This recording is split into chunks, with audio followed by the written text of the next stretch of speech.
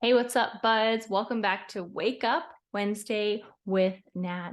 Today we're talking about gratitude, and gratitude is complete garbage. Okay, that was harsh, and it goes against everything that we've heard about gratitude.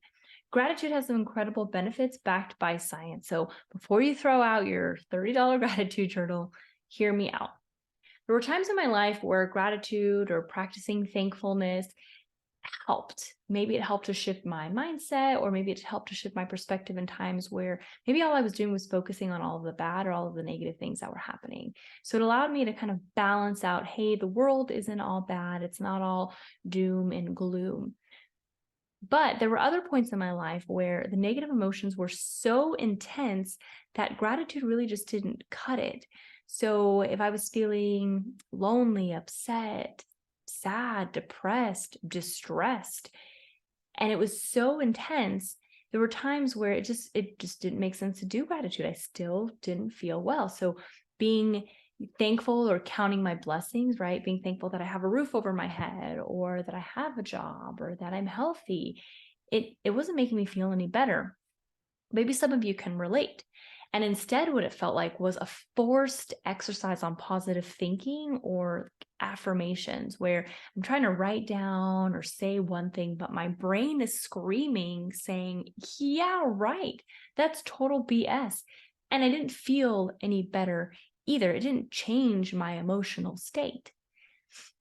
If you've experienced something like this, you can definitely relate. And this technique today is for you. This is based on a study done by some researchers that were actually inspired by the movie It's a Wonderful Life. I love that movie. I watch it every year at Christmas. If you haven't seen it, I definitely recommend it. It's a Wonderful Life is a movie that follows a character named George Bailey.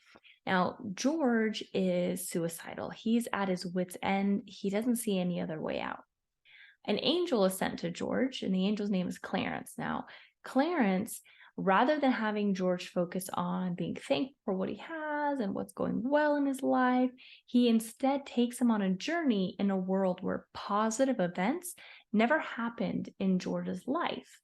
And that forces George to quickly realize how precious life is, and he's immediately cured of his depression and is no longer suicidal. Now, I get it, it's a movie. It might sound a bit cheesy or a bit corny, but the researchers thought, okay, but can we gain any psychological insight or perspective from the premise of the movie? And so they decided to test the hypothesis that by mentally subtracting positive events in your life, rather than focusing on the presence of those positive events, you would experience more positive and uplifting states almost immediately.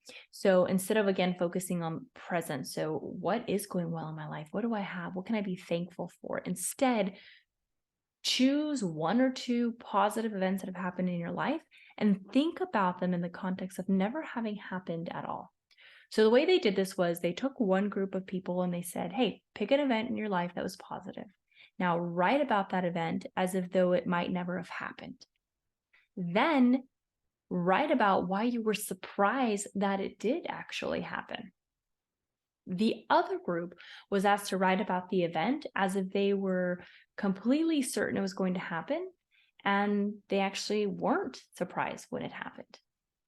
Just as they suspected, the people that focus on that positive event or subtracting that positive event from ever having happened in their life, that group had an improved positive state almost immediately that lasted months after the study. So think of states like it's not just happiness or joy, but it could have been they were just more appreciative. They felt more secure, optimistic. They felt uplifted. They felt hopeful. So anything on that spectrum of positivity in their emotional state that wasn't a negative emotion, they felt that more immediately, and it was longer lasting. They took this one step further and actually then looked at couples. So rather than having couples focus on each other and why they're, lucky to be with their spouse, or why they're so grateful and happy that they're dating, or that they married, or that they ever met. Instead, they were asked to think about that person and removing them from their life. So they never met them, they never married them, they never dated them, whatever the context was. It was one of those three scenarios, and what that would mean for them. Those people had more appreciation, and again, a positive increase in their state than those that were just asked to talk about their spouse and what they liked about them and why they enjoyed being with them and why they felt so lucky to have them in their lives. So I thought it was super fascinating just to see the contrast of, we very rarely think about it in that term. It as far as thinking, well, what if that had never really happened? Where might my life be? And then why was I surprised? So the intention there is to elicit that response of surprise, because that is an immediate response and increase in our affect.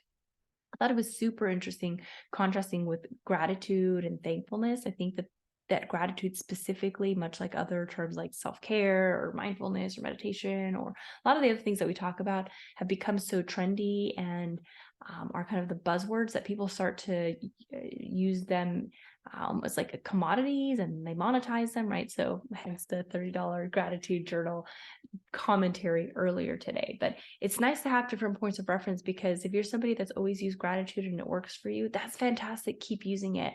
But if you've anything like me and have found that sometimes it works and other times you just need something different, something that's more powerful, I hope you'll find this technique useful.